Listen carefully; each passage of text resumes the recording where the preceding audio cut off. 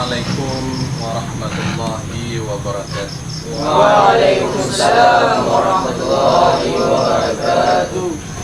Alhamdulillah, wassalatu wassalamu ala rasulillah wa ala alihi wa sahbihi wa mawala wa ba'du.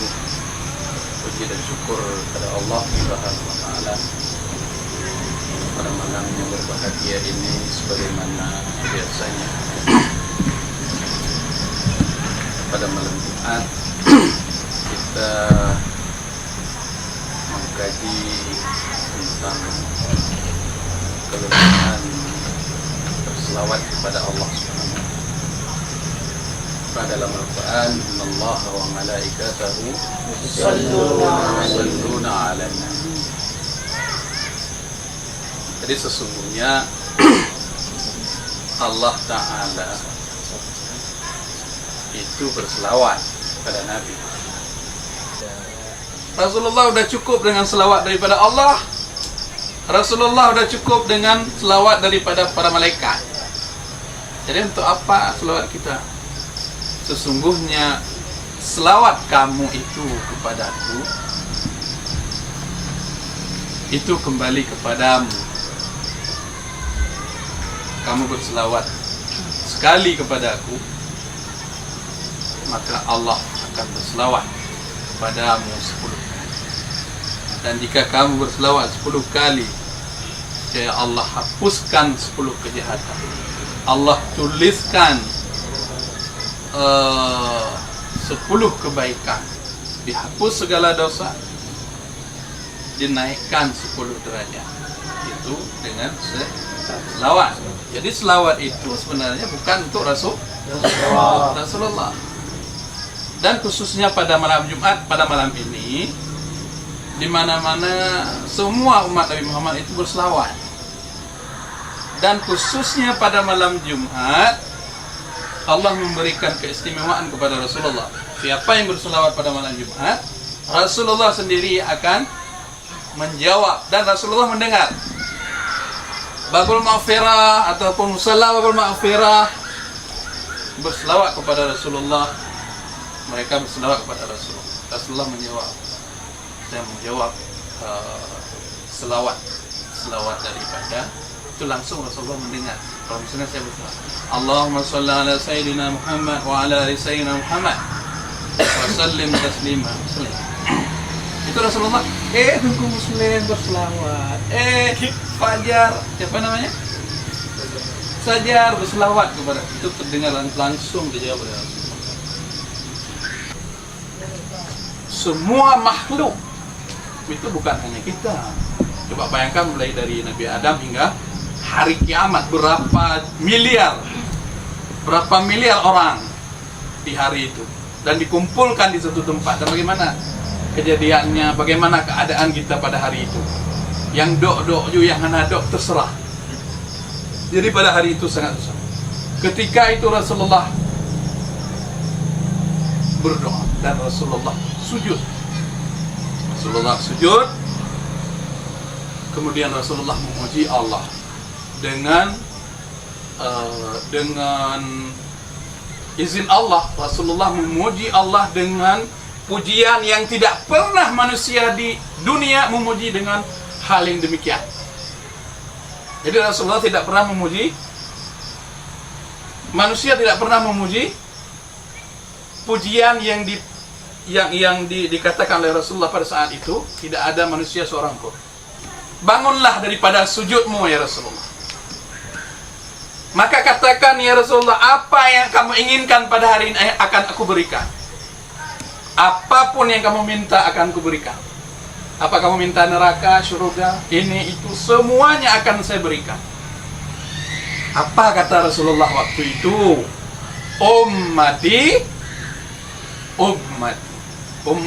Umatku, selamatkanlah umatku.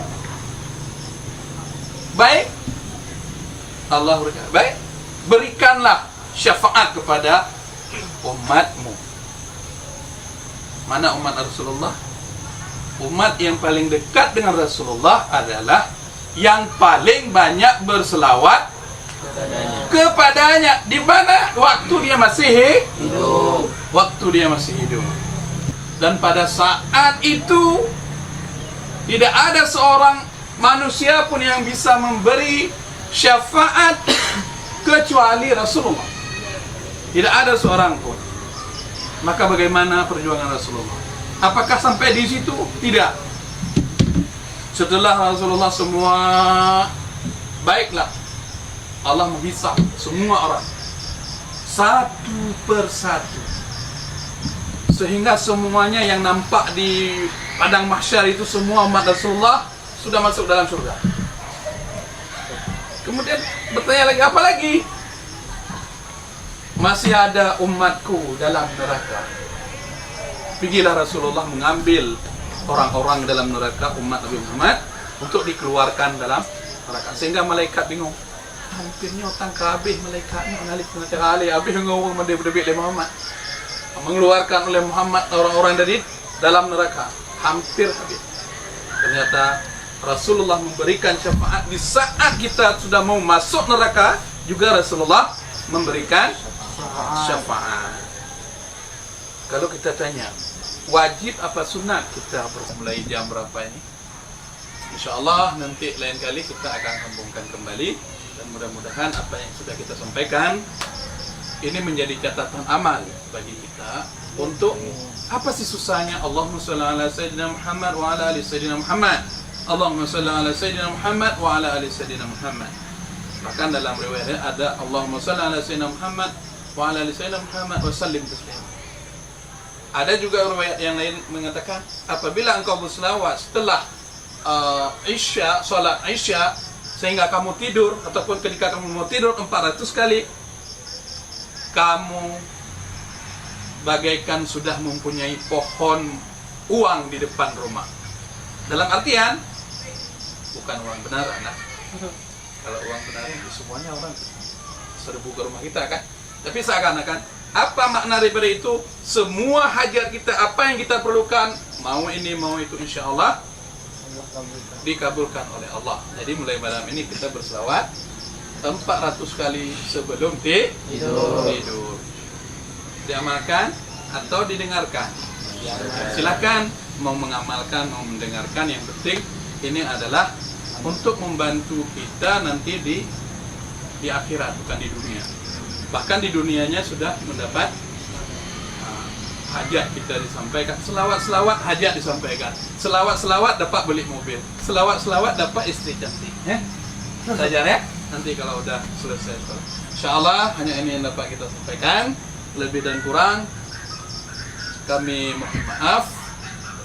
Billahi taufiq wal hidayah. Assalamualaikum warahmatullahi wabarakatuh. Waalaikumsalam warahmatullahi wabarakatuh. Bismillahirrahmanirrahim. Assalamualaikum warahmatullahi wabarakatuh. Nama saya Muslim Mahmud, adalah selaku pengajar di Babul Maghfirah,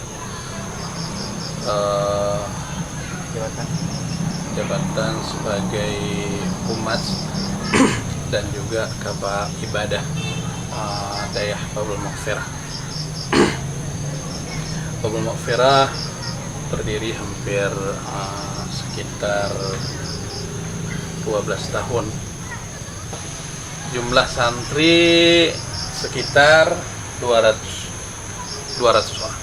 Itu mulai dari pertama nol, setelah orang keluar dari Malaysia ada 200 orang. Kita mengharap Babul Maghfirah punya visi dan misi adalah untuk mencerdaskan bangsa, kemudian untuk mencetak kader-kader ulama, dan insya Allah apabila sudah keluar dari Babul Maghfirah, insya Allah mereka pasti akan tahan dengan namanya godaan-godaan di luar. Karena kenapa?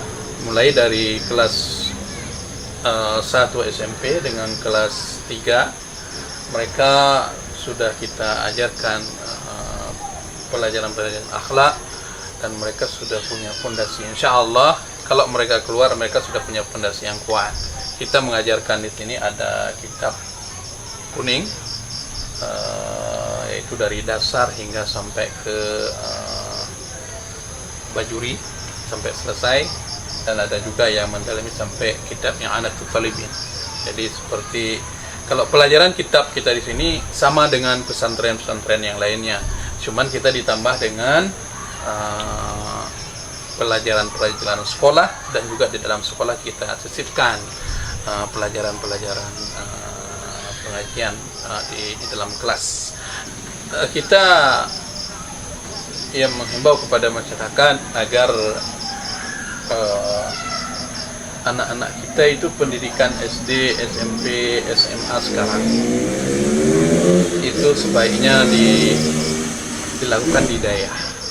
Insya Allah, sekali lagi, kalau anak-anak kita sekarang kita selamatkan mereka itu di daerah, kelas SMP di daerah, SMA di daerah, sampai selesai mereka di daerah, insya Allah, kalaupun mereka di luar sana sudah banyak nanti akan berhadapan dengan hal-hal yang demikian, mereka sudah punya fondasi. Mereka sudah tahu bagaimana yang hak dan yang batil. Tapi kalau sekolah di luar, itu sangat banyak cobaan-cobaan, dan kita selaku orang tua sangat prihatin sebenarnya dengan hal ini. Dan bagi masyarakat, marilah sama-sama kita menyerahkan anak kita ke pondok pesantren, khususnya di pondok Babul Maghfirah. Insya Allah mereka akan menjadi orang-orang yang berguna bagi nusa dan bangsa. Terima kasih. Mungkin hanya ini yang dapat kami sampaikan, lebih dan kurang kami mohon maaf. Assalamualaikum warahmatullahi wabarakatuh.